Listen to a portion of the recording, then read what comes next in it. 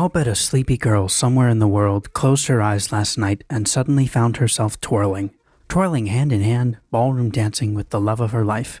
Instead of the old tank top and sweatpants she'd put on before bed, she gasped to find herself draped in the most elegant, exquisite evening gown she'd ever laid eyes upon. With a humble, inward smile, she secretly felt like the most beautiful girl in the room, and believe me, it's because she was.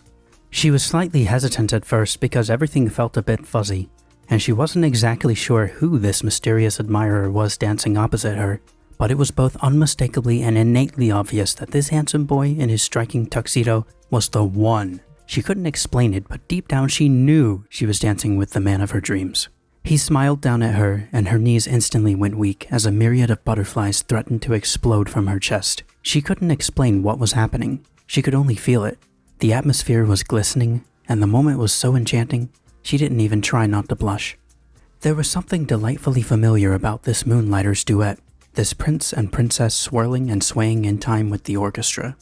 The place was packed, and the spiraling motions coated her peripheral vision in a vivid blur of brilliant light and color. But she only had eyes for her boy, and she couldn't bring herself to unlock her gaze from his.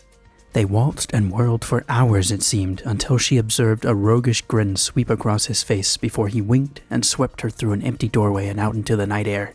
What a stud. She found herself on an open courtyard balcony overlooking a lush green countryside which stretched out for miles in all directions. This was definitely not the city she fell asleep in. This was a palace, an old stone castle built right into the rocky bluffs and craggy cliffs of the Alpine Mountains. She could barely catch her breath. What was happening? Was she in a fairy tale? Twilight approached swiftly as the stars beat down on the old stone veranda and formed pools of light that seemed to shimmer and ripple like tiny oceans. The mysterious boy took her by the hand and led her down a secret staircase that steered them down into the deep evergreen darkness below. The forest reached out to embrace the duo as a nightly procession of crickets and tree frogs struck up a gentle chorus and serenaded the two lovers deeper into the enchanting arboreal realm. Only the sharpest of eyes peering down from the balcony above could glimpse their silent silhouettes steal through the flower garden, skirt past the goldfish pond, and then disappear into a heavy thicket of blue spruce and white pine. The eventide deepened, and yet she couldn't brush aside whatever uncanny familiarity this dark, handsome stranger seemed to embody. What was it about this mystery boy? Had she known him before? There was something about his eyes, something enigmatic but beautiful. Was he a stranger from a distant dream? Was he a long-since forgotten acquaintance she'd met long ago? A giddy pang of adrenaline pulsed through her veins. This was beyond words. She marveled silently as they crept through the shadows like thieves, tunneling under the heavy evening hush that hung suspended above the treetops. Her pulse pounded like rising thunder, and her eyes grew wide. Suddenly a strange sensation cascaded over her.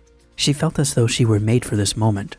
This dashing boy, this sense of romance and wonder all around her, this dreamlike reality.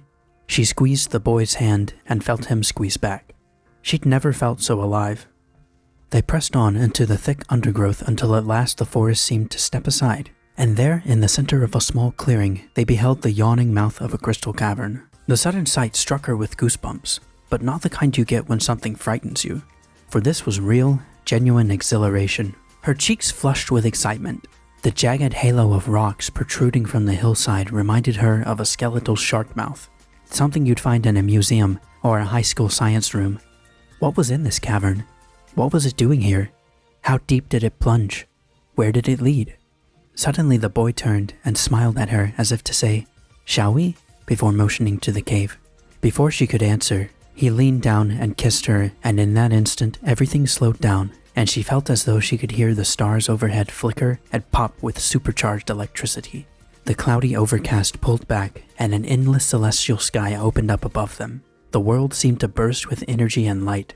Still too surprised to utter a word, the tall, handsome boy again took her by the hand in the darkness and whispered 5 words into her ear. "This is not a dream."